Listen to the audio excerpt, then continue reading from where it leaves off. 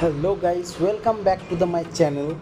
আমরা আবার চলে এসেছি ঈদের ছুটির পরে। আমাদের এই কাজ শুরু হয়ে গেছে প্রায়। এখন আমাদের এইদিকে পিকিং আপের কাজ চলছে।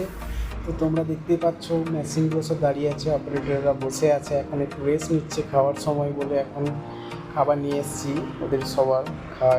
খাওয়া দাওয়ার পর আবার ওরা কাজে লাগবে।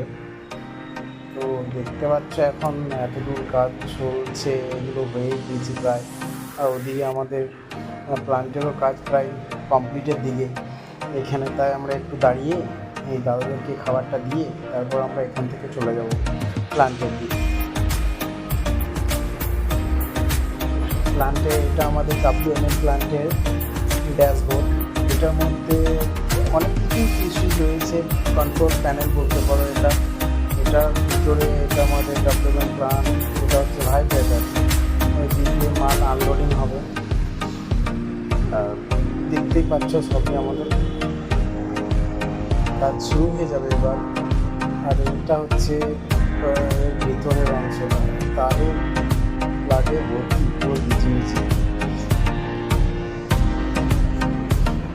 এটা টেবিলটা, এটার মধ্যে এসি লাগানো আছে, অপারেটরের একটু মজাই বলে না।